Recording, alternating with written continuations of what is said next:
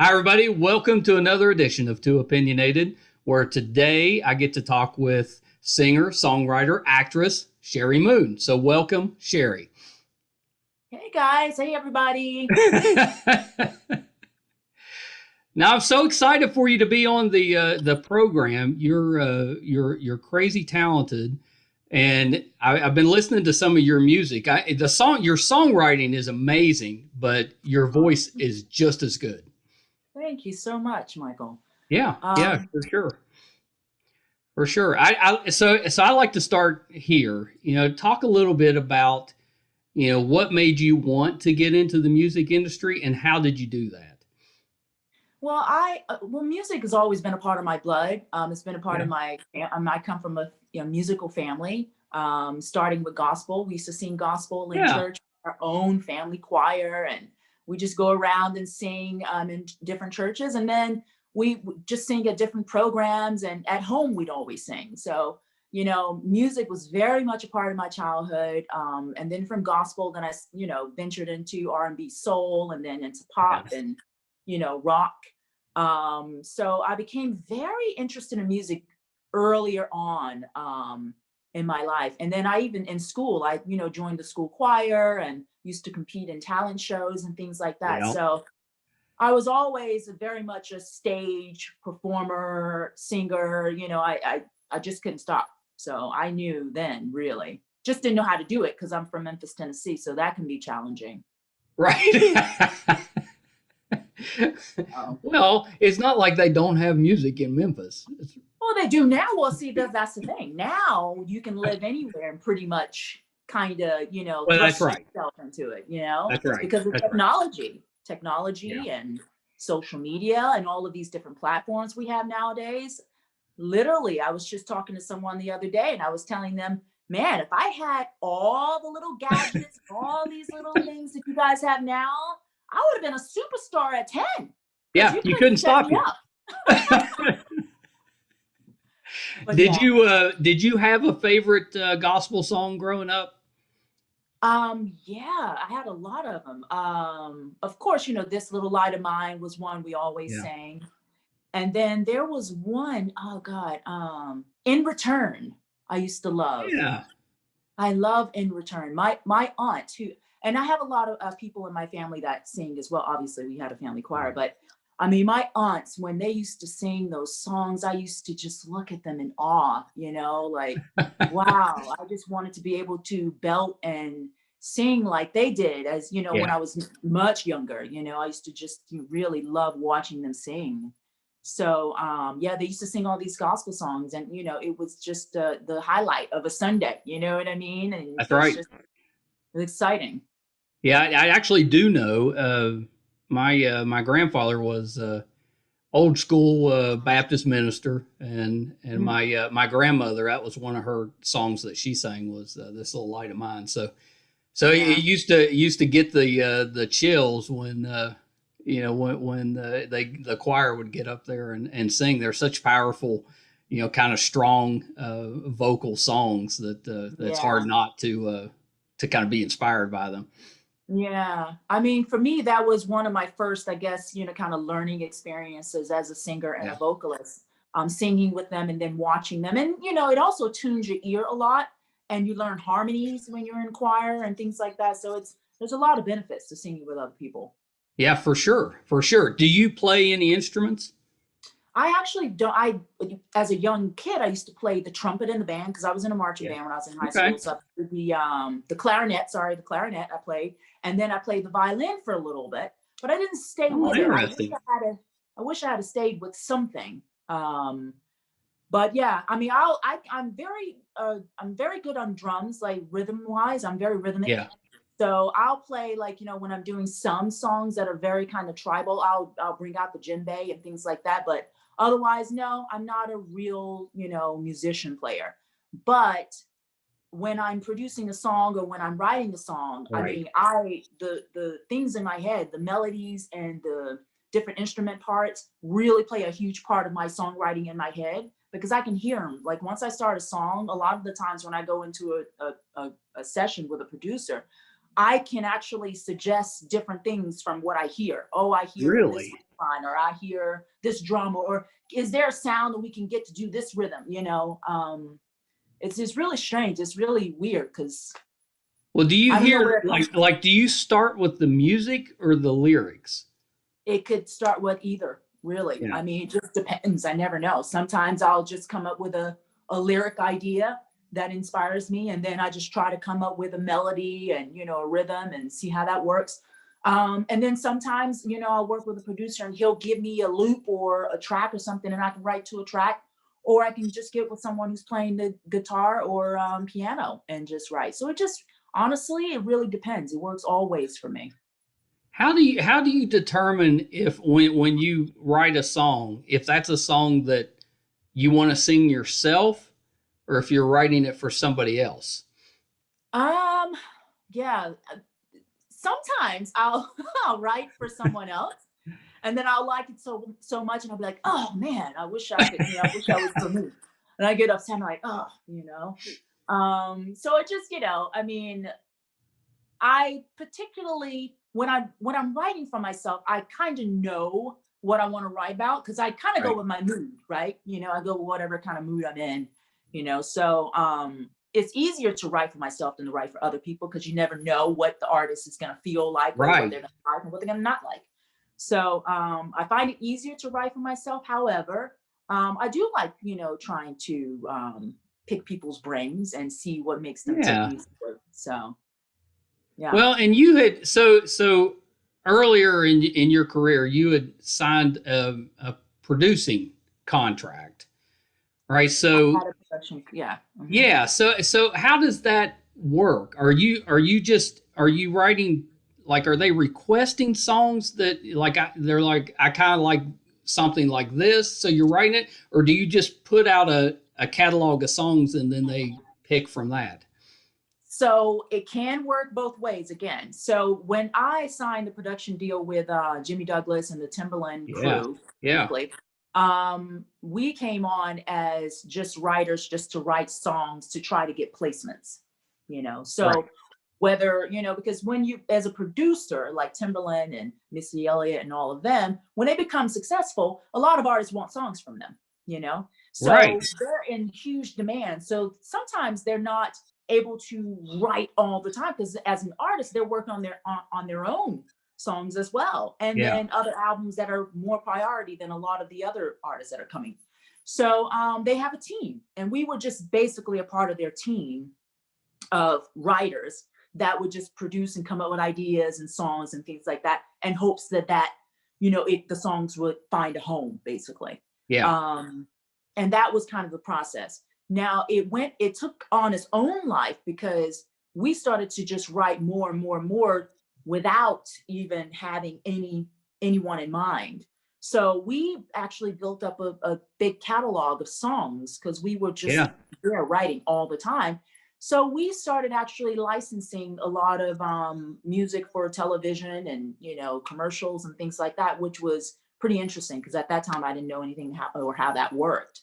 So, but that was pretty useful because when we were Yeah. just writing, we had that production deal. We weren't really making any money. We had like a little stipend, but we were still pretty much starving artists. Right. So when we got some licensing deals, it was like, oh boy, thank God Well, something. how does that work? So when if you have a TV show and they're wanting a song, do they just come and start going through the catalog till they find something they like? How does that work?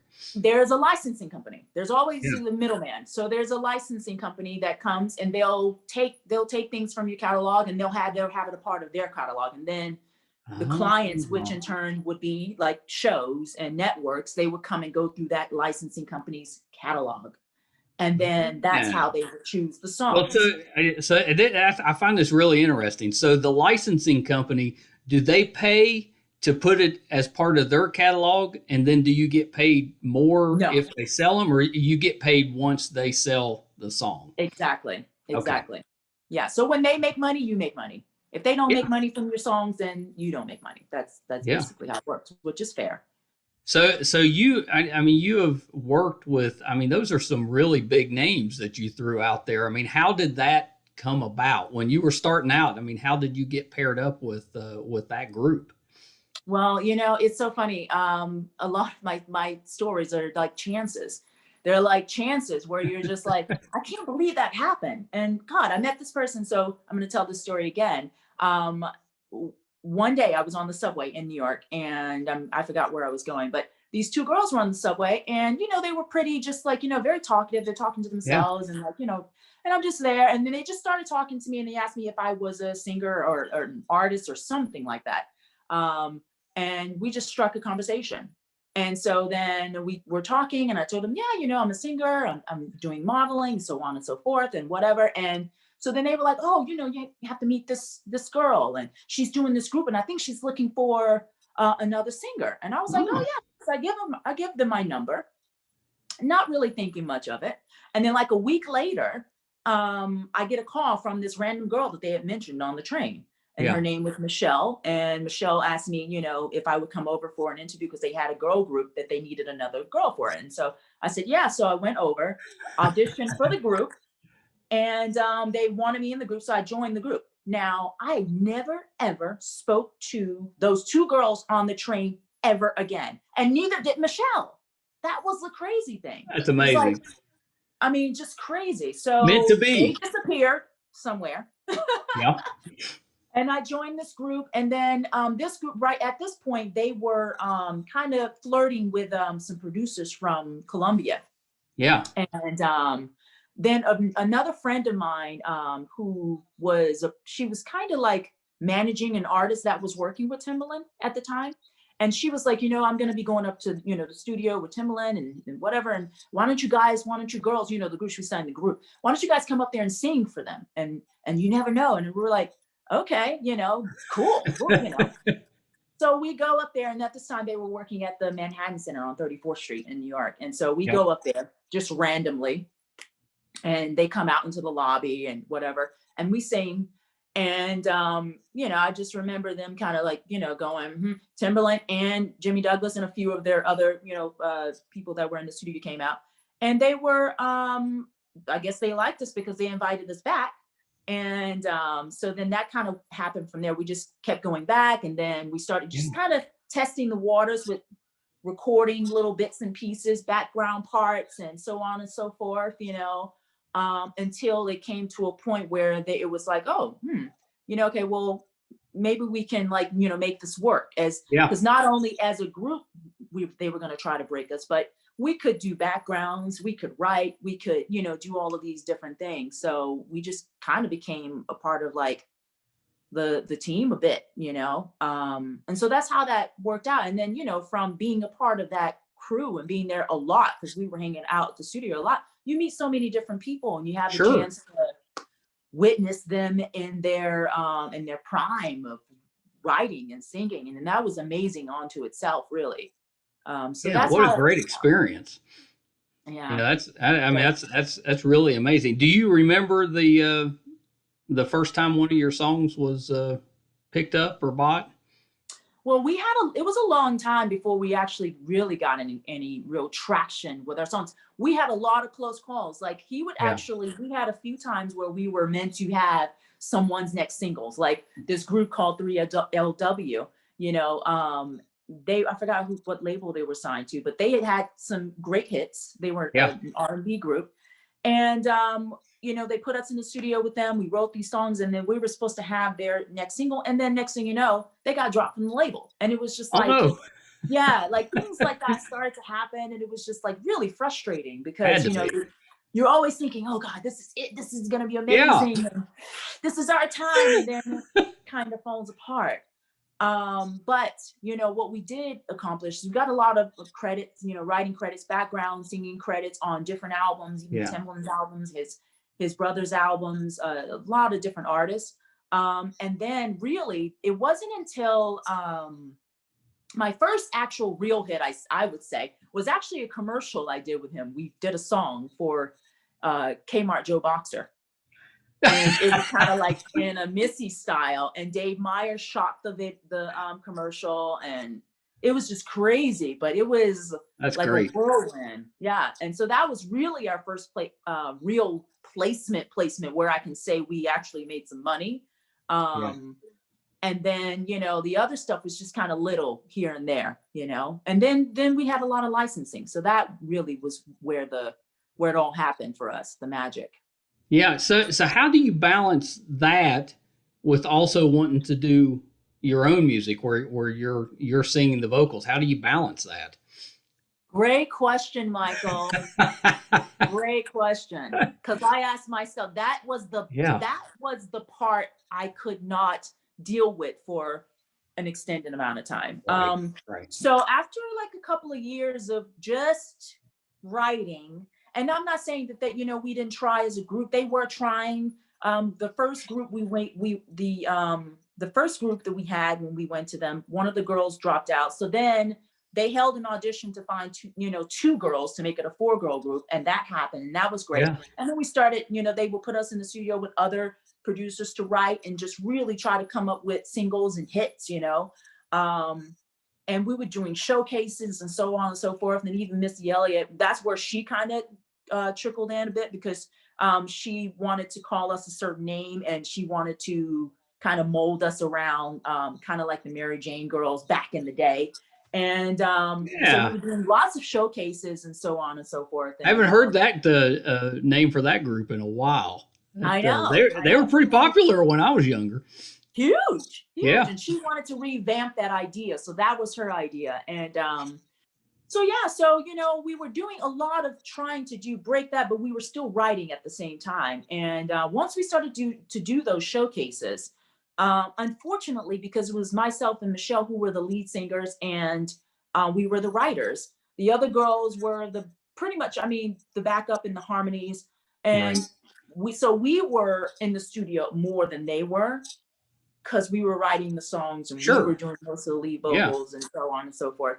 So, sometimes, as we even witnessed with supergroup Destiny's Child, that doesn't always work for everybody. The group, the girls got very insecure and they wanted to do more and so on and so forth. And it fell apart. So Michelle and I stayed on as writers and singers, and in whatever capacity we could be used. So this is where I became uneasy and anxious, because I was no longer doing showcases. I was only writing. I was only, doing bit parts here and there in the studio. And so I was getting a little impatient, because I really love performing and being on stage and singing, and I really wanted to be an artist.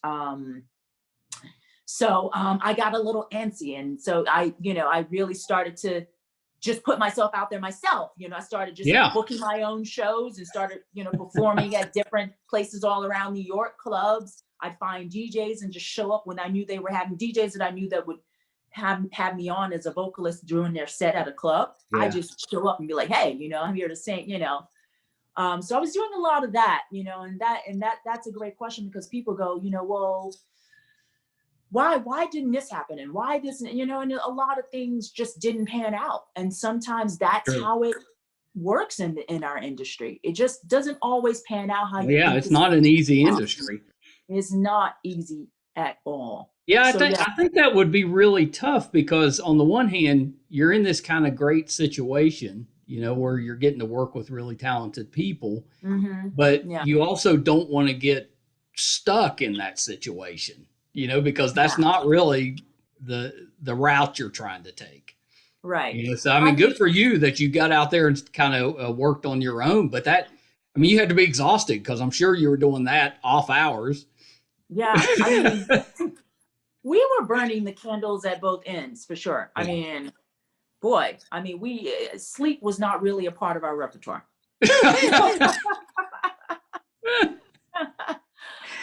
So I listened, you released earlier this month, Ain't I a Woman? And I love it. I love it. It, and I don't know why, because I'm not musical myself, so I can't really tell you why certain things strike me the way they do. I can't really explain it right. But it to me, it had a little bit of a little Donna Summer in there, and I loved it. It starts out kind of one way, and you're kind of listening, and you're like, that's interesting and stuff. And then once it kind of picks up steam and gets going, it's really good. It's hard not to kind of bob along with it. Oh, thank you so much. Yeah. So yeah, tell me about that song and you know where it came from. I know you were inspired by certain things, so talk about that a little bit. Yeah, I mean, this song was really inspired by the speech by Sojourner Truth, Ain't I a Woman, which I Yeah. learned in high school as a punishment. Because I was gonna say that's not an easy one to learn. no, no, I was given this this speech to learn in high school as a punishment, and my grandmother heard me learning the speech and decided that I was not giving the speech any justice at all, or the time and the passion that it deserved.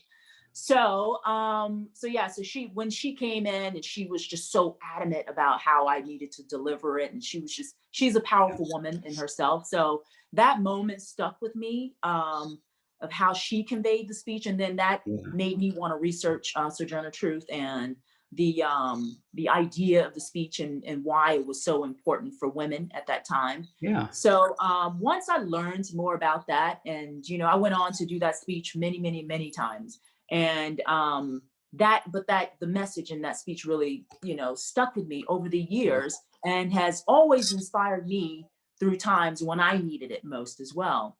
So, and last year was one of those times. Everybody, we're going through the pandemic, That's and right. we're going through a lot of uncertainty. We're not sure what's going to happen.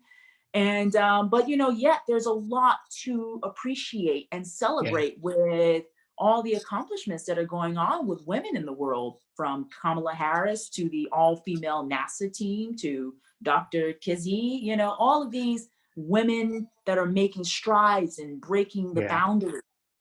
So I just felt empowered when I thought about that speech again, and how it encouraged me even back then, and I wanted it to inspire me and encourage me to put out something that could actually inspire others. So that's where this song came from, and I Yeah. decided to release it for International Women's Day and International Women's History Month, because I felt like the timing was right, and Right. I just feel like there's so much more that we're going to see in the years to come. And we need to celebrate and take a moment to be encouraged, inspired, and inspire every woman around the world and every girl that has a dream. So that's kind of what this song is. It really amplifies the voices and encouragement.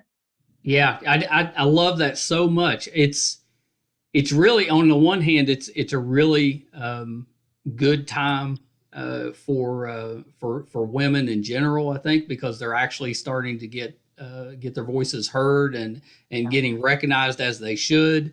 But we still got a long way to go. So it's awesome Yeah. when you see things like this, or you're putting things out there like this, that really keeps the keeps it highlighted. So it's kind of Mhm. front of mind Yeah. type stuff, and it's also celebrating the Exactly. accomplishments that have already been done. Exactly. It's the last few years have given us, I think, a hint of how good things could be, but we're not quite there yet.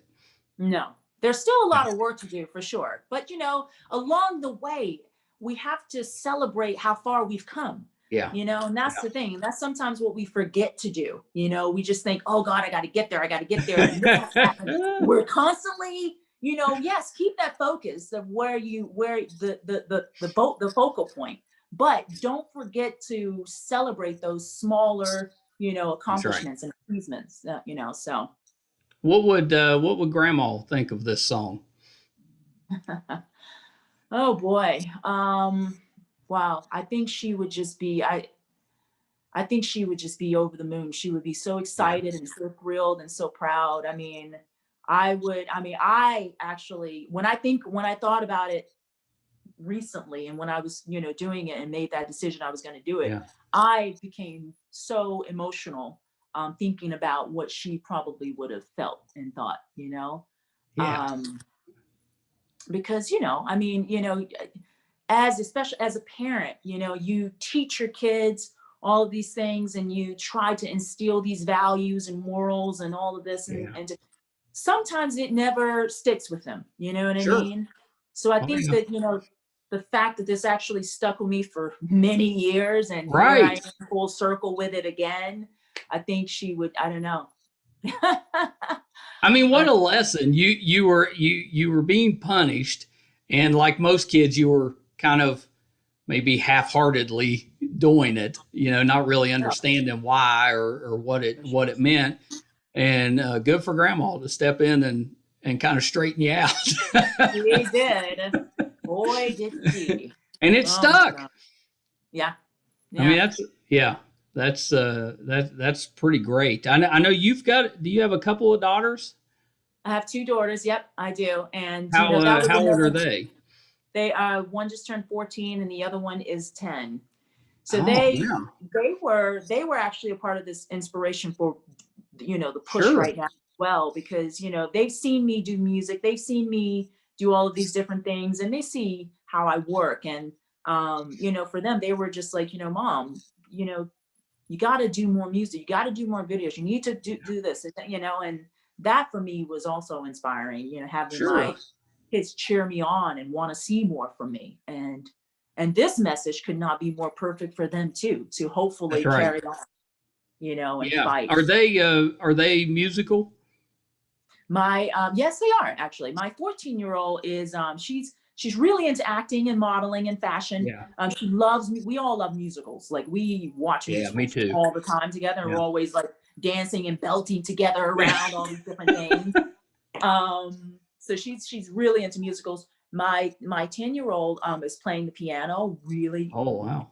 Like, even last night she's like playing the piano and she's playing one of the theme songs from Harry Potter and like nice. Over the Rainbow. And I'm just like, oh my God. And I can't play the piano, so I'm like looking at her and I'm like, in awe. I love that. I love that we can inspire each other, so.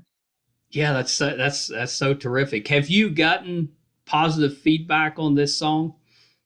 Yeah, I mean, it's amazing how it does touch women, to speak to women everywhere. I've gotten so many messages, so many DMs on social, people just reaching out, and a lot of people that I haven't even heard from, too, for years, are like coming out of woodwork and like, wow, like, this is really incredible.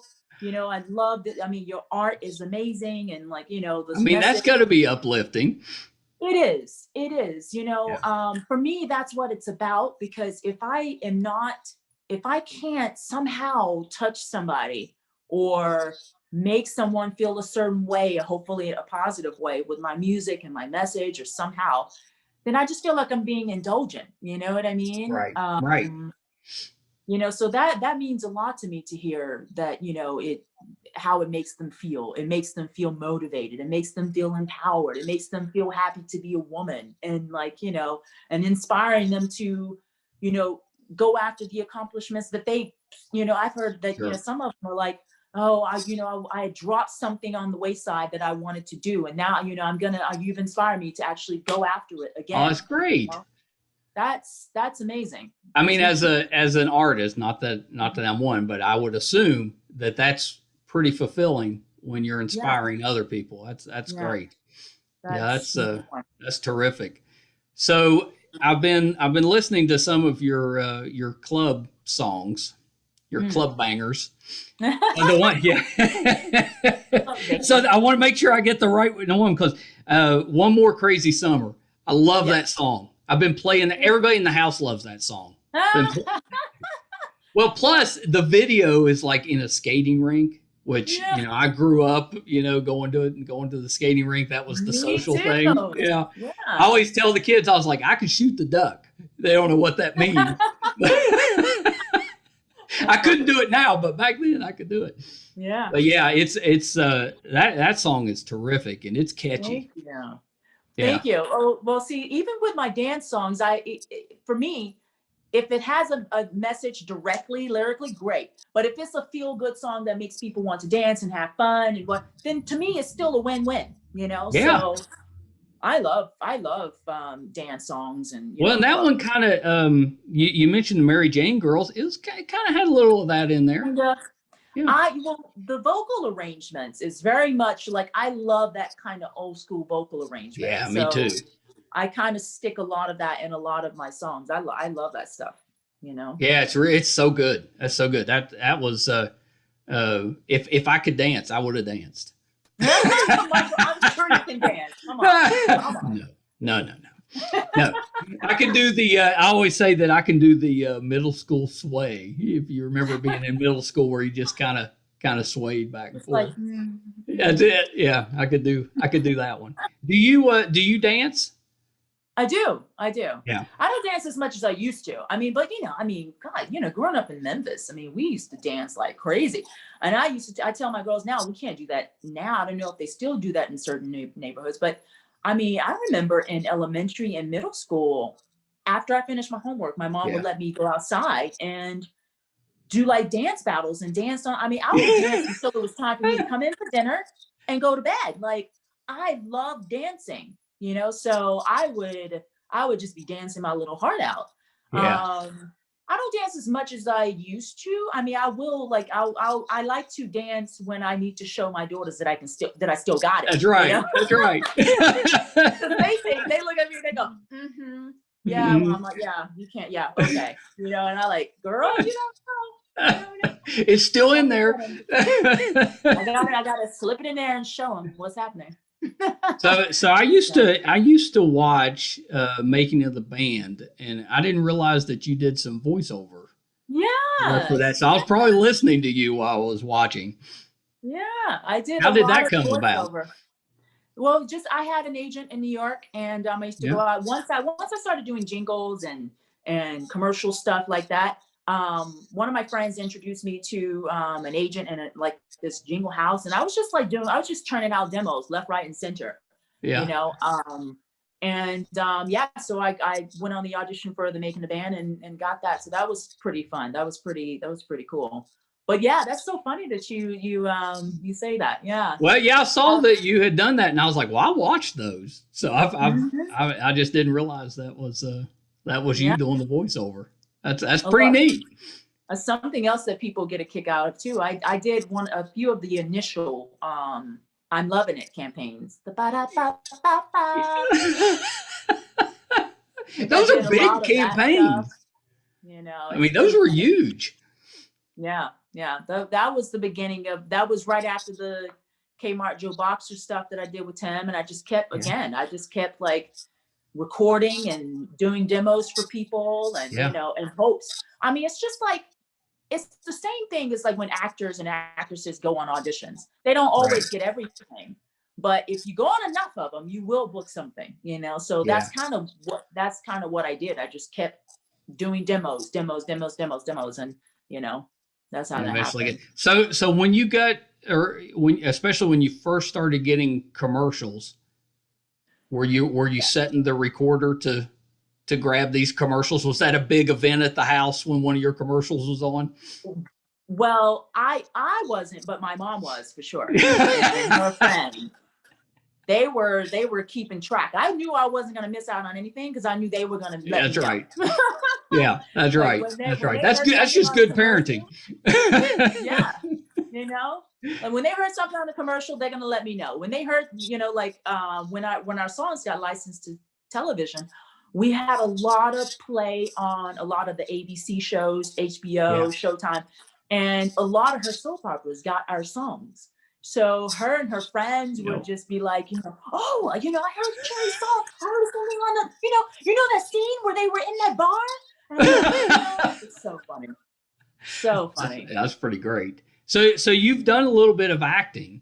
How did you how did that happen? How did you transition into that? Well, a little bit. I've gotten a few small roles in a few movies over the last couple of years, or the last year and a half, or whatever. But yeah, I love it. I love it. Yeah. I've always been into stage performing and Broadway, and I always considered myself an actress. I just wanted to be a singer more. But I love the acting. I love being on set, and I love studying a character, and the whole process is really cool. Yeah. So a few of the movies that I've done recently have been really, really fun, working with some great producers and some great cast members. it's been really fun. I'm hoping to do more. You know, I have actually 2 more things that I've already recorded that are not recorded, but filmed that are coming out. So I'm excited. I'm really excited. Are you auditioning remotely? I have, yes, I have auditioned for a few parts remotely. Yes. That's actually been quite cool because, you know, you can actually just do your audition as many times as you want until you feel comfortable with it. I think I would prefer it that way because I could just keep doing it till I felt like it was right. Yeah, you know, so that's been a huge coup. And then also, you know, because a lot of people are bad on auditions. If you listen to a lot of, you know, major icons in the film industry, they talk about the auditioning process as one of the hardest things to do. Well, yeah, I'm sure. So you know, that's not easy. And I've always heard that you have great actors that are terrible at auditions, and vice versa. You have some people that are just terrific at auditions, but struggle with the acting. Amazing. You know, it's like a talent to itself, is auditioning. It really is. It really is. I don't know if I've really gotten that down yet. I mean, you know, it really just depends. It depends. Everything for me depends on my mood. You know, if I'm in that mode where I can just relax and just, you know, be comfortable, then that's great. That's right. You know. We just need to find you a role where you get to sing and act together. You know, like detective by day, nightclub singer by night, something like that. A detective by day. Okay. Well, I mean, I would love to portray us like a singer's life, like a, you know, biopic or something. That would be amazing. I would be. You got anybody like in Donna mind? Summer, even. Like Donna Summer's one of my favorites. She's one of my icons. Mine too. You know, I mean, I would love to do something like that. That would be incredible. If I got to sing and act in a production, I'd be freaking over the moon. Yeah, really. that'd be terrific. That'd be terrific. When I was growing up, my parents had a 1975 station wagon with an 8-track, and they played Donna Summer's greatest hits. I mean, until they wore that thing out. So I've always been a big fan of hers. She's amazing. Yeah, she's so good. Queen of the dance floor. Yeah, for sure. For sure. Yeah. So you've also done a lot of work with children's music. Talk about that for a minute. So the children's music came about when I was doing a lot of the jingles, and towards the end when I was kind of like wasn't writing so many jingles that, you know, that much. Yeah. I met my husband and got pregnant. Yeah. And so of course, you know, I was still in writing mode and so on and so forth, but you know, having a kid really kind of it changes you. It changes. Yeah, exactly. You're changed forever. Yeah. And you know, the thing that really kind of got me the most is that, you know, especially when they're very young, you have so much information to kind of fill out. I mean, you're repeating yourself over and over again. And so I was just like, okay, you know, there has to be a better way. So I basically thought, okay, you know what? I'm going to change everything I'm saying and I want to teach. I'm going to put it into a song so I can just sing it, because I'd rather sing it than, you know, keep saying it over and over again. So I made a song about everything, which pretty much I documented everything from the moment I woke up to the moment we were going to sleep. I have a song for everything. So I basically, you know, would teach through song. And it worked because, of course, they're singing the songs. And I have like a background in making things very catchy. So you do. So that's kind of what I did. Huh? Yeah, that's terrific. Yeah, you do. Everything you write is really catchy. Yeah, so I love it. So do your daughters sing all the children's songs? They used to a lot. They still do sometimes. They'll, you know, they'll joke about it now because they're a little older, but you know, they like when they're not eating their vegetables or something, they'll just like the other one will go, eat your veggies, eat your veggies, you know, and this is like, and they're going, and she'll be like, stop it, But yeah, I mean, for me, transforming those moments into Yeah. basically a musical was so helpful during that time, especially trying to be an artist still working on music, a Yeah. new mother, all that stuff. I could not have done it, better and made my life with my toddlers better than just like Yeah. making it fun and musical, really, honestly. So I did that. Then I started a kids brand because I just couldn't stop. I just kept creating all these different things. Once I get started, That's it's right. like it's over. So yeah, What's the brand? so what I ended up doing is I wrote all these songs and I started producing products. Like I have a water activated rubber duck that when Oh, you put it into the water, it sings the rubber dub song that I sang. oh, I That I love created. that. And then a singing potty and all these different things. So I created all this stuff and quickly realized that, manufacturing is like, whoa, a Yeah. huge undertaking. Yes. So what I ended up doing is I opened up a kids place called SnookNuk Cafe, and it's a performing arts cafe where kids come in for music classes, workshops, art classes, I dance love classes, that. all of these different things. And I just decided to build a community around SnookNuk and the music and everything that it represents. And it's all about positive affirmations and teaching kids life lessons and mindfulness. Yeah. So that's kind of what I've done, what I've built for like the last 6 years. And that's grown quite a bit up until, of course, the pandemic last year, Of which course. was, Yeah. Terrible. yeah. Terrible. How did you come up with the products? And once you came up with them, how did you find somebody to actually make them? Just research, man. Yeah. I just did a lot of like online finding, I did also a lot of research about other brands and just kind of really just honestly online, just Yeah. Googling, researching other products, finding companies. I mean, I must have had so many conferences and like not Zooms, but what's that other one where before you used to be on your computer anyway and talking to people? You're right. Was it team? Was it or coach or team or I don't know. I There's can't remember, there's but so many meeting yeah, apps out yeah. there. But yeah, I was talking to people from China, from Japan, all these different Yeah. places to try and get it done and see how I can get it done in the most cost effective way. But still, even though I got the product for a reasonable price, the shipping was just a Oh nightmare. Oh yeah, my I'm God. sure. I mean, I just learned so much. It was a huge learning curve. I mean, I really Yeah.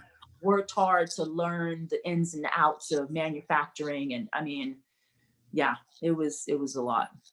Yeah. Oh yeah. It sounds like a lot. I don't know Yeah. how you found time to do all the different things. I just that Well, sounds overwhelming. it is overwhelming, but that's when I quickly realized once I got my first my first prototypes and all of that stuff. I quickly figured out, what, I don't know if this is exactly what I want to do physically with Right. my time. It is something that I will revisit, maybe at a later time, to Yeah. maybe put out somehow. But I think for me, I love the music and I love, creating, musical content and videos and all of Yeah. that sort of stuff. So that's kind of like my hands-on thing. Yeah. No, that's really great. So what's next? Do you have plans to put out an album or what Mhm. more songs? What's coming Yep. up? You got some more dance songs coming to you, Michael. That's good.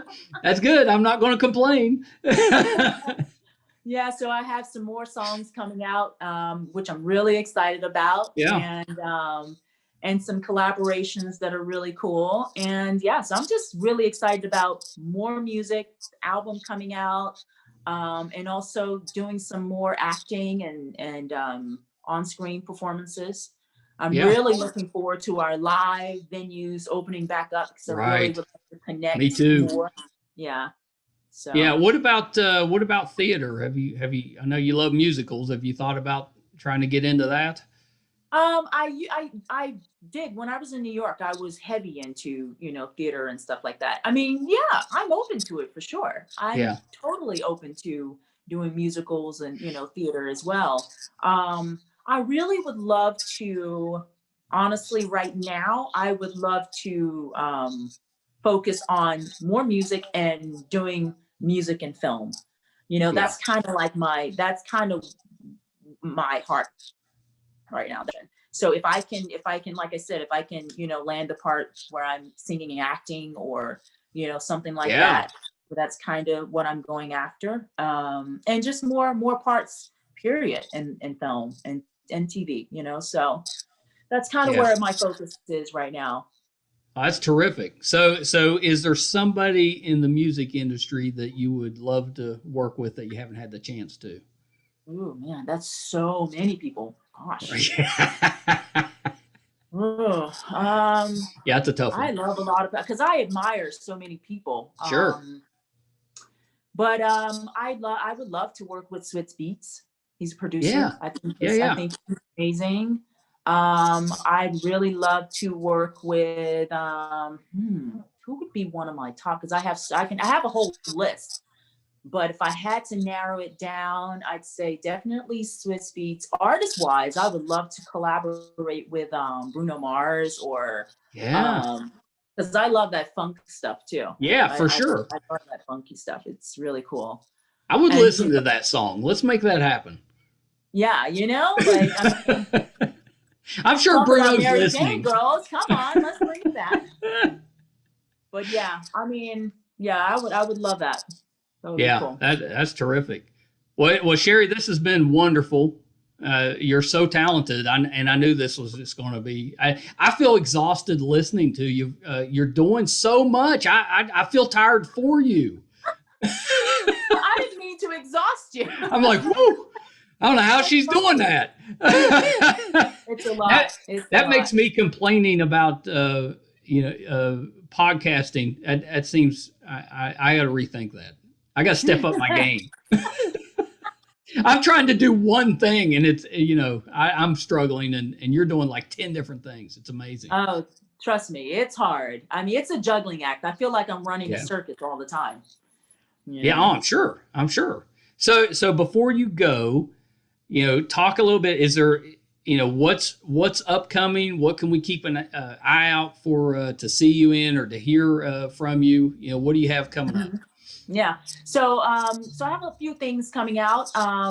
Look out definitely for new songs. So just keep that on track. Yeah. For, CheriMoon.com. You can find me also Instagram at Cheri Moon, Cheri Moon Music on Twitter.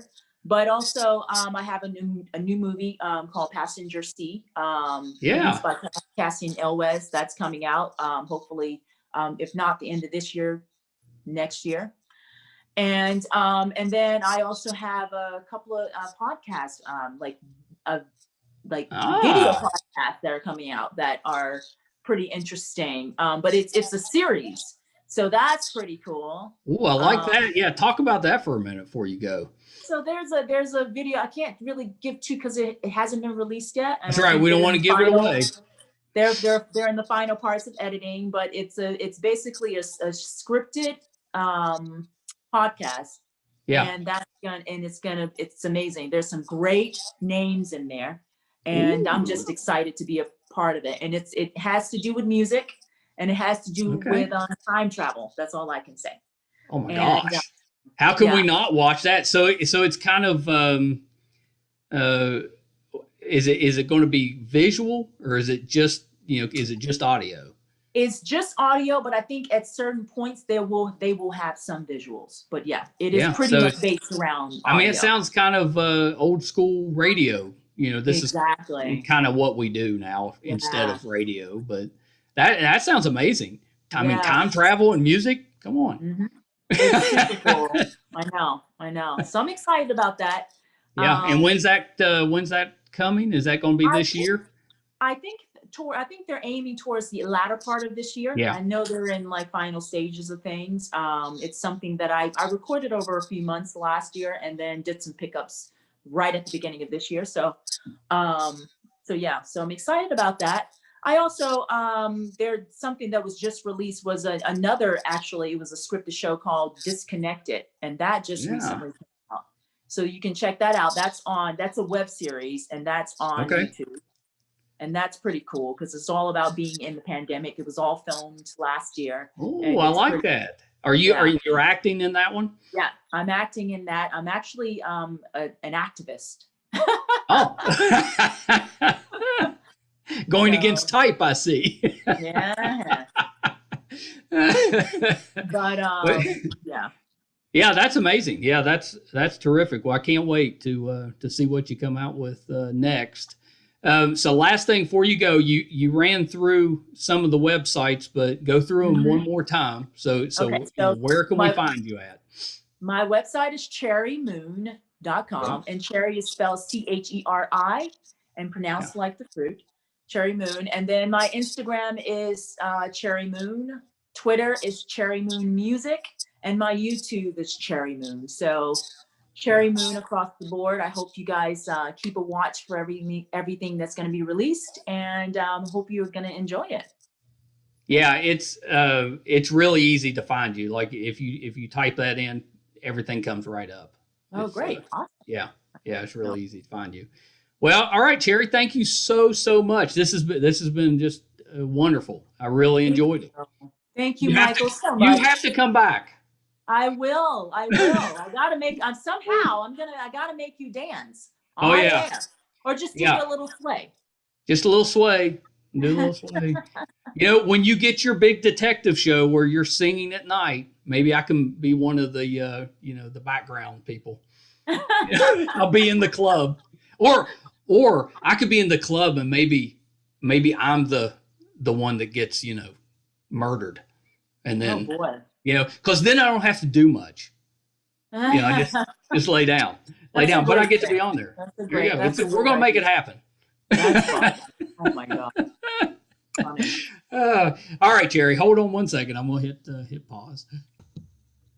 All right, so that was the talented Cheri Moon. So, I'm going to try to correct it, but at the beginning I said Cheri because I am terrible at mispronouncing names, but it's Cheri Moon, and she is unbelievably talented. So please make sure you go to the website, check out some of her work, acting, singing, writing. It's all so good, and it really the songs are so catchy. It takes a lot to get me moving. So if I'm moving, they're pretty catchy. She was. Just a blast. So happy to have met her, and I think we're just scratching the surface. We're going to hear so much more from her. She's just amazing. So yeah, thank you, Cheri, for coming on. Appreciate all of you for tuning in again this week. We don't take that for granted that you check us out every week. I hope we're bringing you good, fun entertainment and things that are really interesting to listen to, and I love when we can highlight talented people that I know are going to go on to do great things. So that was just a blast. If you haven't done so already, please go to our YouTube channel, MeisterCon Pod, and subscribe. We would appreciate that. And check out our website, meistercon.com. It's got all of our podcast episodes. There's over 200 of them, audio and video. And it also has a terrific blog from Brett. He's such a talented writer, so check that out. Until next time, bye, everybody.